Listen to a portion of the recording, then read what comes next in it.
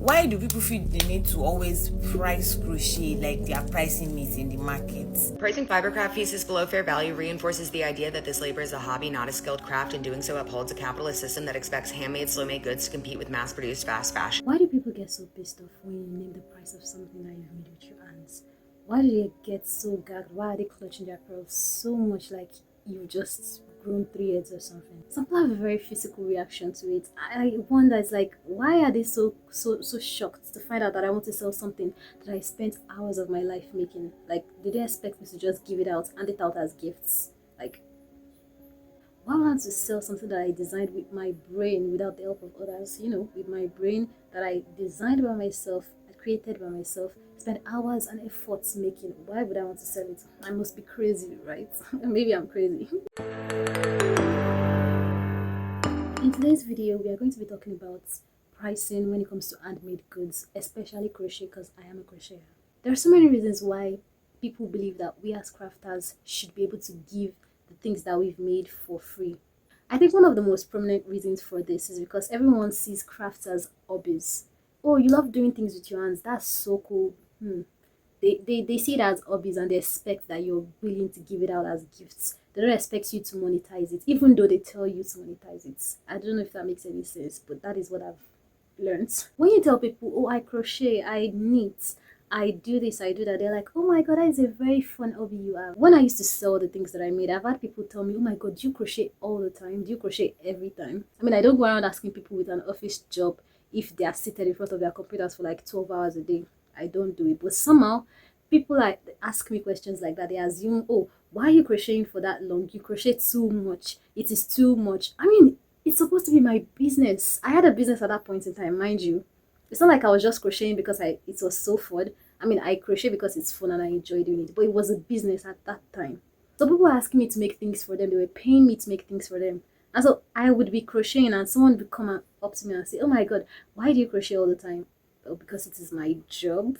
I feel like there should be a very clear boundary when it comes to things that you crochet for work, things you crochet to sell, rather than things you crochet for your family members or friends. Obviously, you won't crochet things for a stranger just to give it to the stranger. Like, it does not make any sense. So if you're crocheting for work, you're selling things that you crochet, there should be that boundary. So whenever people, family, friends come to ask you that, oh, I want you to crochet this for me for free, there should be, oh, I crochet as like it's my job. So if you're willing to give it to them as a gift, then go ahead and give it to them as a gift. But you should be very, very clear with them that it is my job. This is what I do. It is my job. It's not something I just do because it's fun. I mean, yes, it is fun, but this is my job. Now, because a lot of people see crochet, knitting, all of those crafts and crafts as hobbies, they tend to do things like, oh, if I buy you the yarn, will you make it for me for free? Don't get me started on that. I have so many family members. They're not even trying to be mean or wicked. That's just what they think. They don't think it's bad. They don't see it as anything wrong. They go, oh, I want you to make me this. If I buy the yarn, will you make it for me? No, I won't. I mean, unless I want to make it for you as a gift. So if you walk up to me as a family member or a friend and you tell me, oh, I want you to make me this as a gift, that is completely understandable. If I want to make it, I can go ahead and make it for you.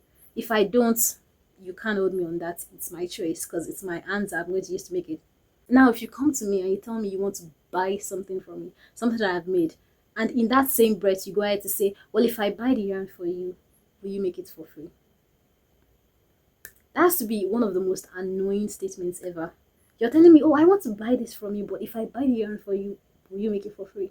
I mean, you don't walk into a restaurant and go, oh, I brought the ingredients with me, can you make me the food for free? It does not make any sense. So why do you feel it makes enough sense to ask people that make things with their hands, crafters, why do you think it's okay to ask them to make things for you for free based on the fact that you're buying them the things they're going to use, the tools they're going to use? I mean, to be fair, if you are being completely fair, you're not buying them the hooks they're going to use. You're not buying the other things they're going to use. You're simply buying them yarn. Why do you think that's okay? Why do you think it's okay for you to do that? It's very, very annoying. Now, I've gotten to a very sensitive part of this conversation, and it's for people that price less than they should simply because they don't want to get on the bad side of people. I've once been one of those people. I've once priced extremely low because I wanted people to buy from me, because I wanted people to see and be like, oh my god, our work is cheap. and it's quality. Let's buy from her. My advice to you, if you do that or you plan on doing that, is stop. Stop. Not only are you hurting yourself, you're hurting other people's business without even knowing. You're causing collateral damage without even knowing. Let me tell you a story about something that happened to me. It's like an example, right? So a friend of mine reached out to me a while back and she asked me to make her a dress. This dress was very simple to make, it was fast. But she had specifications, right? She wanted me to make sure it was covering all of every part of her body. She didn't want the back to be open, even though the dress had an open back. She wanted it to be long enough, all of those things, right? Which makes sense when you're getting a commission. So I was like, oh, I'm making it for my friend. I want to be as cheap as possible. I don't want to cheat anyone. I want to make sure that people come back to patronize me, right? So I literally I asked her for money to buy yarn. I bought the yarn. Mind you, I recently started selling at that point. I just started selling the things that I crocheted at that point. So I was like, okay, you know what? Give me the money for the yarn. She sent me the money to buy one pack of yarn. That is 16 balls of yarn for you. And a ball is about 40 grams. So I started making this dress. And for the dress, I had to double the yarn. Like I had to double the strands. For example, this is one strand of yarn, right? I had to get an extra strand. So I was basically working with two strands of yarn for that project, which means a pack of yarn was essentially half a pack of yarn. And so I ran out of yarn while working on this dress for the girl. And I texted, I was like, oh my god, I've run out of yarn. So I bought yarn with my own money, expecting that she was going to be all like, oh, okay, I should probably send you the money for it. And she just said, oh, okay. No, thank you. No, nothing. And in my mind, I was like, what am I doing wrong? And then it eventually came to me that she already paid me to make the dress. She wasn't expecting me to ask for more money. She already paid me for the dress. So me telling her, oh, I had to get extra yarn did not mean anything to her. In her mind, she had already paid me for the dress and she was expecting the dress. So whatever I was saying to her did not make any sense. She already paid for it. So why was I reporting to her about getting extra yarn? So my point is, I was for that dress, even though I was expecting to make money off of it, I ended up using my own money to pay for the dress. So I was basically paying for the dress. I was making the dress. So it was a huge loss on my part. And that was because, oh, I want everybody to see me. I want everybody to notice me. I know that I'm not charging too much. I don't want to charge people way too much. I want to be as chill as possible. And then I ended up paying for the dress by myself. So what some people do, or what I found that some people do, is that they go and buy lesser quality yarn.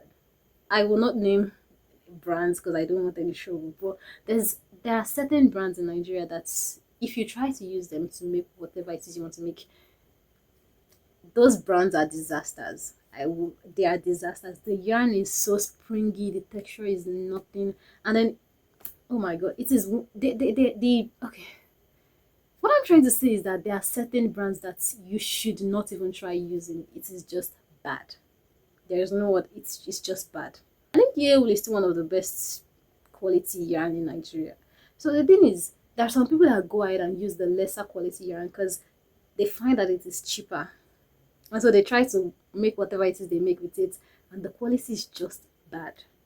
And so they go ahead and they sell whatever it is they've made with that bad quality yarn. They sell it for very, very cheap price, right? For example, crocheter A, let's call her A. A goes ahead to use very, very bad quality yarn, but she sells whatever she has made, maybe a bucket hat for, let's say she sells a bucket hat for 10 naira. While crocheter B has made her art with good quality yarn, right? She has very, very nice art. It's the right size, everything is perfect about it, but she sells art for say 13 naira because the quality is there, she's getting paid for her efforts, right? Now people see A and they're like, wow, why is A's art so much cheaper than B's art? I'm going to buy A's art. And then they buy A's art and they wear it, and after like a couple wears it starts to fall apart. And then they literally start saying, oh, why is it that people that make things with their hands, why is that handmade things get spoiled very easily? I've literally had someone walk up to me once and the person told me, oh, I bought this art from blah blah blah and I wore it twice and then the art got destroyed. She was basically telling me that handmade products do not last long because she has had an experience with someone who made something with very, very bad quality yarn worked with very, very bad quality yarn. So she was basically telling me that, oh, I don't want to buy this from you because I know that it's going to get spoiled very, very soon. So she was basically forcing what I experienced on me, which did not make any sense. But that's what happens. That's what humans do. You assume, okay, this I've had this experience here, so they assume that that's going to be the experience elsewhere. So basically, you're causing collateral damage because of the bad quality that you've used, the things that you've done. You're basically causing collateral damage. So many people text me and they go, oh, I want to make this. And when I give them a quote, like when I give them a price for what they want me to make for them, they immediately say, oh, I've asked someone else and it's a lot cheaper. So you're essentially causing collateral damage without even knowing. Pricing fibercraft pieces below fair value reinforces the idea that this labor is a hobby, not a skilled craft, and doing so upholds a capitalist system that expects handmade, slow-made goods to compete with mass-produced fast fashion. Your failure to properly value your own work makes it harder for your community to earn fair pay for their time and expertise, erasing the labor, care, and heritage embedded in our traditions and feeding the very consumer culture fiber arts seek to resist. Did you hear that? All I'm saying is, as a crocheter or a crafter, at the end of the day, the value you give to your work is what will be projected to other people. So if you don't give your work enough value, the other people won't see the value in it. So you need to be able to love your work. You need to be able to wear your work with pride, so that other people see and they're like, wow, okay, it has value. You've been crocheting for 2 weeks and all of a sudden you start to sell dresses. Obviously, the quality is not there, the value is not there.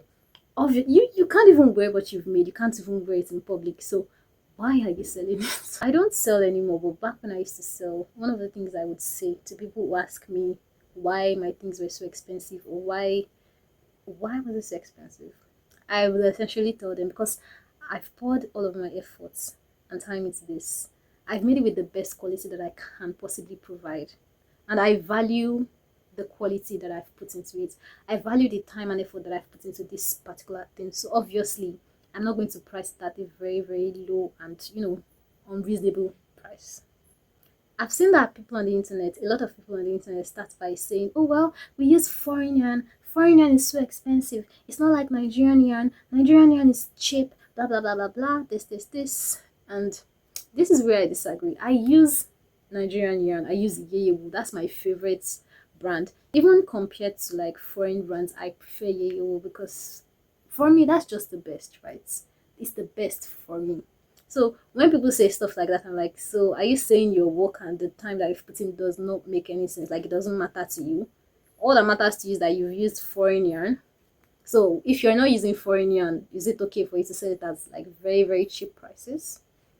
What I'm going to say is that for me, the reasons why the things that I make can be expensive or can be considered expensive is because, number one, I put my time and effort into it. A lot of the things that I make are designed, like I freehand a lot of the things that I make. So yeah, I'm using my brain power. I've designed this thing. Why do you expect me to sell it at a very, very cheap price? Because you think it should be cheap, right? I put my effort into it. I put my time into it. It doesn't even matter what type of yarn I'm using. As long as I'm using the best brand, in my opinion, I'm going to sell it at the price that I think is reasonable.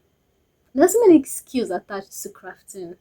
It doesn't even matter what craft you do. It doesn't matter what craft you do. There are so many skills attached. The fact that you've done it once in your life does not mean you're able to do things that a lot of skilled crafters can do. It's a skill that you develop over time. It's not a skill that you learn once and then keep in your wardrobe for the next 20 years. No. So if I'm selling whatever it is I've made at this certain price, it is because I've put my efforts, my skills, a lot of things have been put into that certain thing that I've made. So it's not okay for you to tell me how much to price it. It's my work, it's my job. I can price it however much I want to price it. Oh my god. Why do people feel so entitled to what I've made with my hands? Like, I made it with my hands. You didn't help me out, right? So why do you assume it's okay for you to tell me, oh, that is very expensive? You don't go to, I don't know, luxury stores like Dior, right? You don't go up to them and tell them, oh, this is overpriced. You don't do that because it's a brand.